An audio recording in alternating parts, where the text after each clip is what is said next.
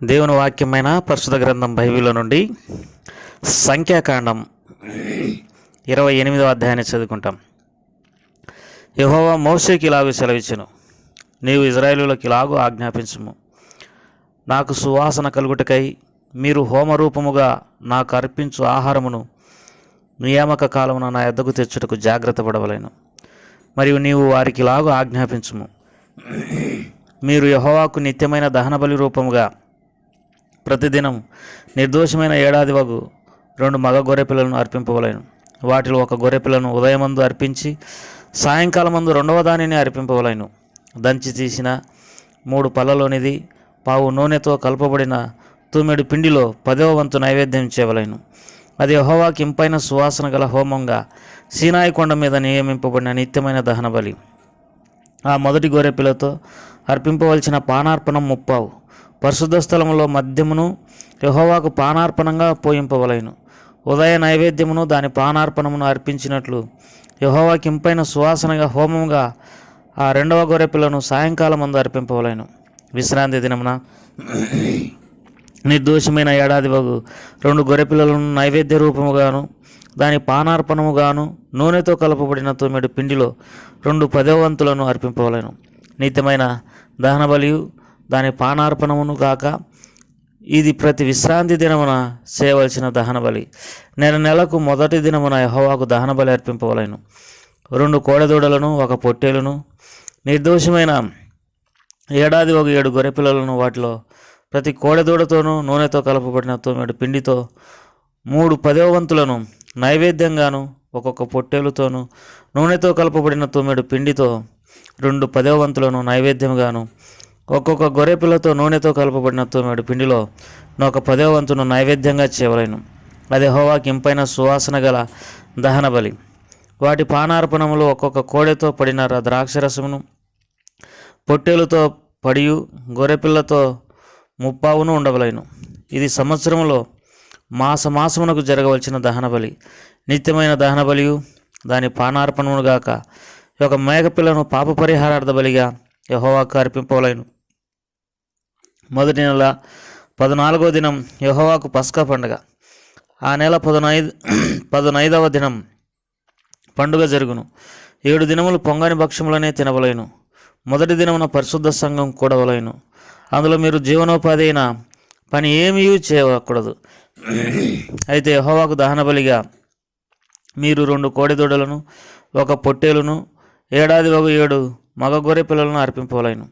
అవి మీకు కలిగిన వాటిలో నిర్దోషమైనవై ఉండవలెను. వాటి నైవేద్యము నూనెతో కలపబడిన గోధుమల పిండి. ఒక్కొక్క కోడెతో తూములో 3 10వ వంతులను పొట్టేలుతో 2 10వ వంతులను ఆ 7 గొర్రెపిల్లలలో ఒక్కొక్క గొర్రెపిల్లతో ఒక్కొక్క 10వ వంతును మీకు ప్రాయశ్చిత్తం కలుగుటకై పాప పరిహారార్థ బలిగా 1 మేకపిల్లను అర్పింపవలెను. ఉదయమున మీరు అర్పించు నిత్యమైన దహన బలిగాక వీటిని మీరు అర్పింపవలెను. అట్లే ఆ 7 దినములలో ప్రతిదినం యెహోవాకి ఇంపైన సువాసన గల హోమద్రవ్యమును ఆహారంగా అర్పింపవలెను. నిత్యమైన దహన బలియు దాని ప్రాణార్పణమును గాక దాన్ని అర్పింపవలెను. 7వ దినమున పరిశుద్ధ సంఘము కూడవలెను. ఆ దినం మీరు జీవనోపాధి అయిన పనులు ఏమీ చేయకూడదు. మరియు ప్రథమ ఫలములను అర్పించు దినమున అనగా వారముల పండగ దినమును మీరు యెహోవాకు కొత్త పంటలో నైవేద్యం తెచ్చినప్పుడు మీరు పరిశుద్ధ సంఘంగా కూడవలెను. నాడు మీరు జీవనోపాధి అయిన పనులు ఏమీ చేయకూడదు. యెహోవాకి ఇంపైన సువాసన గల దహన బలిగా మీరు 2 కోడెదూడలను 1 పొట్టేలును ఏడాది 7 మగ గొర్రె పిల్లలను వాటికి నైవేద్యంగా ప్రతి కోడెదూడతోనూ నూనె కలపబడి 9 పిండిలో 3 10వ వంతులను ప్రతి పొట్టేలుతో 2 10వ వంతులను ఆ 7 గొర్రె పిల్లల్లో ఒక్కొక్క పిల్లతో ఒక్కొక్క 10వ వంతును మీ నిమిత్తం ప్రాయశ్చిత్తం చేయబడుటకై 1 గొర్రెపిల్లను అర్పింపవలెను.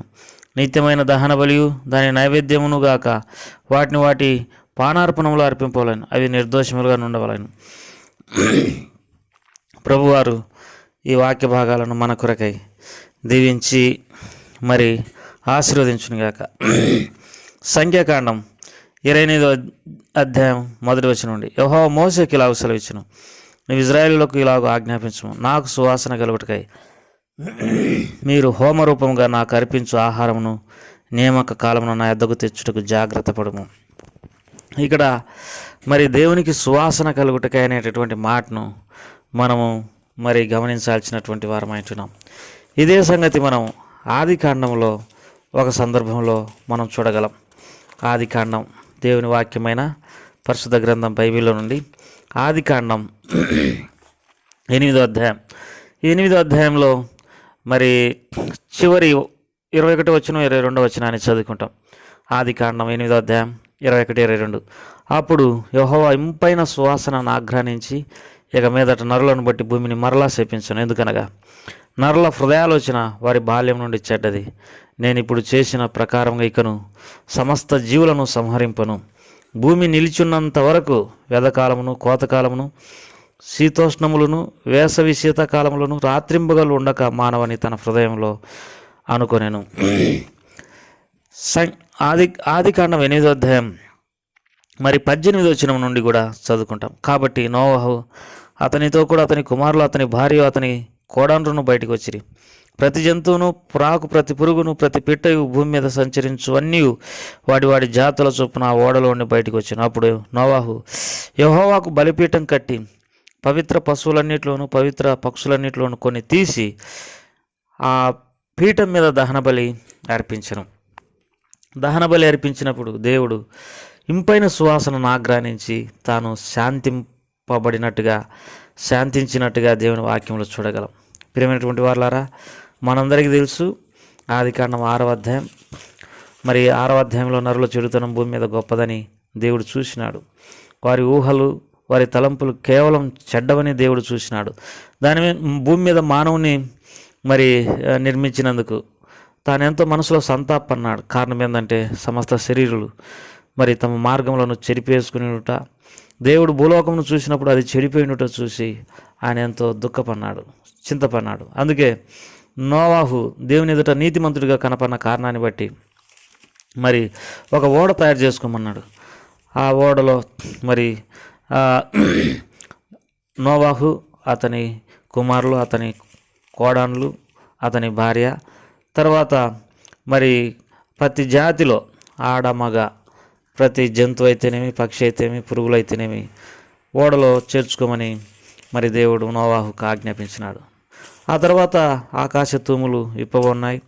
తర్వాత భూమి మీద ప్రచండమైన వర్షం కురిచింది. మరి కొండలు మునిగిపోయినాయి, పర్వతాలు మునిగిపోయినాయి, మనుషులందరూ కూడా చనిపోయినారు. అయితే మరి చాలా దినాల తర్వాత మరి భూమి మీద ఉన్నటువంటి నీరు ఇంకిపోయింది.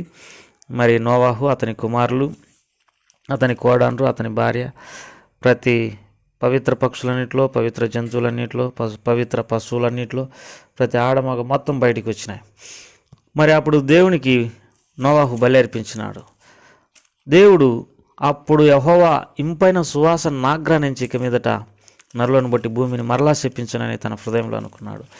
అంటే తన కోపము చల్లారిపోయింది, తన హృదయంలో ఉన్నటువంటి బాధంతా తొలగిపోయింది, నరుల విషయమై తాను పడిన వేదనంతా తొలగిపోయింది. ఇంపైన సువాసన ఆగ్రహించి అనేటటువంటి మాటను మనం గమనించాల్సినటువంటి వారమైంటున్నాం. ఇప్పుడు మనం సంఖ్యాకాండంలో 28వ అధ్యాయంలో ఇదే మాట చదువుకుంటాం. నువ్వు ఇజ్రాయేలులోకి లాగు ఆజ్ఞాపించుము, నాకు సువాసన కలుగుటకై మీరు హోమరూపముగా నాకు అర్పించు ఆహారం నియామక కాలమున నా యొద్దకు తెచ్చుటకు జాగ్రత్త పడము.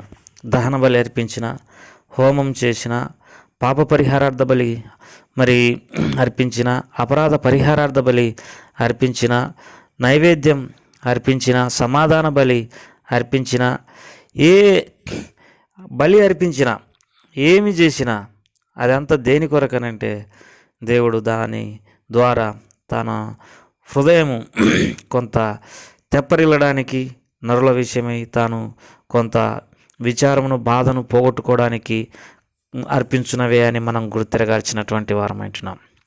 ప్రియమైనటువంటి వారలారా, హోమము, నైవేద్యము, పాప పరిహారార్థ బలి, సమాధాన బలి, దహన బలి, అపరాధ పరిహారార్థ బలి, ఇవన్నీ కూడా దేవుని సంతోషపెట్టడానికి చేసేటటువంటి కార్యములు అన్న సంగతి మనము మర్చిపోకూడదు.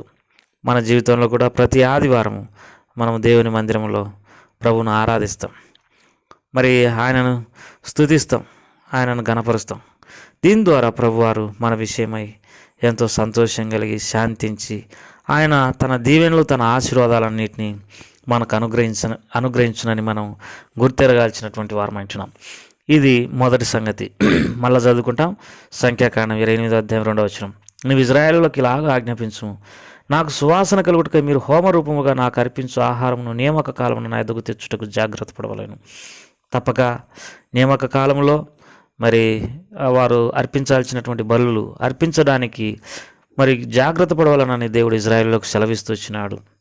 తర్వాత 16వ వచనం. మొదటి నెల 14వ దినం యెహోవాకు పస్కా పండుగ. ఇక్కడ పస్కా పండుగ గురించి కూడా దేవుడు ఇజ్రాయేలులకు సెలవిస్తూ వచ్చినాడు. పస్కా అనగా ఇజ్రాయేలీలు ఐగుప్తులో దాసత్వంలో ఉంటూ వచ్చినారు. అయితే దేవుడు మోషేను పంపి 10 అద్భుత కార్యాలు చేసినాడు. చివరి అద్భుత కార్యం, ఒక గొర్రెపిల్లను తీసుకొని దాన్ని చంపి దాని రక్తమును ఇజ్రాయేలీలు తమ దాలబంద్రముల మీద పూసుకున్నప్పుడు సంహారపకు దూత ఆ రక్తం ఉన్నటువంటి ఇండ్లను మరి విడిచిపెట్టేసి ఐగుప్తులో ప్రతి ఇంటిలో జ్యేష్ఠుడిని, పశువులలో మొదటి పశువును చంపడం ద్వారా ఐగుప్తులో గొప్ప ఘోష పుట్టింది. ఆ తర్వాత ఇజ్రాయేలీలు పొద్దున్నే లేచినప్పుడు శవం లేని ఇల్లు ఒక్కటే, ఐగుప్తీయులు పొద్దున్నే లేచినప్పుడు మరి శవం లేని ఇండ్లు ఒక్కటైనా కూడా లేదు. ప్రతి ఇంటిలో ఏడుపు, గొప్ప ఘోష పుట్టింది. ఏంటంటే ఐగుప్తీయులు మీరు వెళ్ళిపోండి అని బలవంత పెట్టినారు. పస్కా అనగా ఐగుప్తుల నుండి బయటికి రావడము. ప్రియులారా, మనము గుర్తుంచుకోవాల్సినటువంటి విషయం ఏంటంటే మనం ప్రతి మరి సమయమందు మనం గుర్తుంచుకోవాల్సిన విషయం ఏంటంటే మనం కూడా సాతాను చేతుల నుండి బయటకు వచ్చినాం.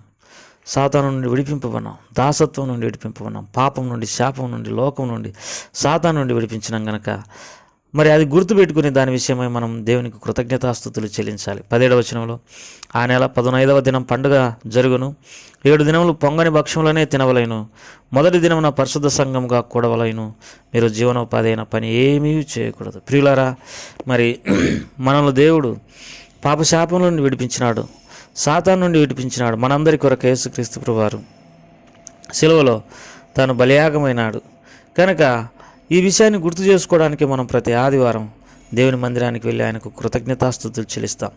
ఓ ప్రభా, పాపశాపంలో ఉన్నటువంటి నన్ను, సాతాను అధికారం కింద ఉన్నటువంటి నన్ను, సాతాను యొక్క మరి చెరలో ఉన్నటువంటి మీరు నన్ను మరి విడిపించినావు. నా కొరకై మీరు అపరాధ పరిహారార్థ బలి అయినావు, పాప పరిహారార్థ బలి అయినావు. నా కొరకై మీరు దహన బలి గావించబడినావు. నా కొరకై మీరు చనిపోయి సమాధి చేయబడి సమాధిలో ఉండి లేచినావు. అది నేను గుర్తు చేసుకుంటున్నాను, ఈ విషయం మర్చిపోవటం లేదు అని మనం మందిరంలో దేవునికి కృతజ్ఞతాస్తుతులు చెల్లించుటే మరి పరిశుద్ధమైనటువంటి సంఘంగా కూడి ఆయనను ఆరాధించడం. కాబట్టి ఆ దినమున మనం జీవనోపాధి అయిన ఏ పని కూడా చేయకూడదని దేవుని వాక్యంలో రాయబడింది. అంతేకాదు 26వ వచనం, మరియు పదమ ఫలములను అర్పించు దినమున అనగా వారముల పండుగ దినమున మీరు యెహోవాకు కొత్త పంటలో నైవేద్యం తెచ్చినప్పుడు మీరు పరిశుద్ధ సంఘంగా కూడవలెను. నాడు మీరు జీవనోపాధి అయిన పనులేమీ చేయకూడదు. దేవుడు మనకి ఏమి మేలు చేసినా వాటన్నిటిని బట్టి మనం దేవునికి కృతజ్ఞతాస్తుతులు చెల్లించవలనని దేవుని వాక్యం సెలవిస్తుంది. కీర్తన 103వ అధ్యాయంలో, నా ప్రాణమై యెహోవాను సన్నిధించుము, నా అంతరంగంలో ఉన్నటువంటి సమస్తమా ఆయన పరిశుద్ధ నామమును సన్నిధించుము, ఆయన చేసిన మేలులలో దేనిని మరవకమని దేవుని వాక్యం సెలవిస్తుంది. కనుక మన జీవితంలో దేవుడు ఏ విషయాల్లో సహాయపడుతూ వచ్చినాడు అన్నిటికీ మనం కృతజ్ఞతాస్తుతులు చెల్లించి ఆయనను మహిమపరచాల్సినటువంటి వారమైంటున్నాం. ప్రభువారు అటువంటి కృప మనకు దయచేయను గాక. ప్రేమగల తండ్రి, దయగల ప్రభు, నీకు ఎంతో వందనాలు, స్తోత్రములు. మేము నీకు నిజమైనటువంటి ఆరాధన చేయడానికి సహాయపడుతురండి. మా హృదయాలను విప్పి హృదయపూర్వకంగా నిన్ను ఘనపరిచి మహిమపరచడానికి కృప చూపించమని యేసు ప్రభువారి నామం పేరట అడిగి వేడుకుంటున్నాం తండ్రి. ఆమెన్.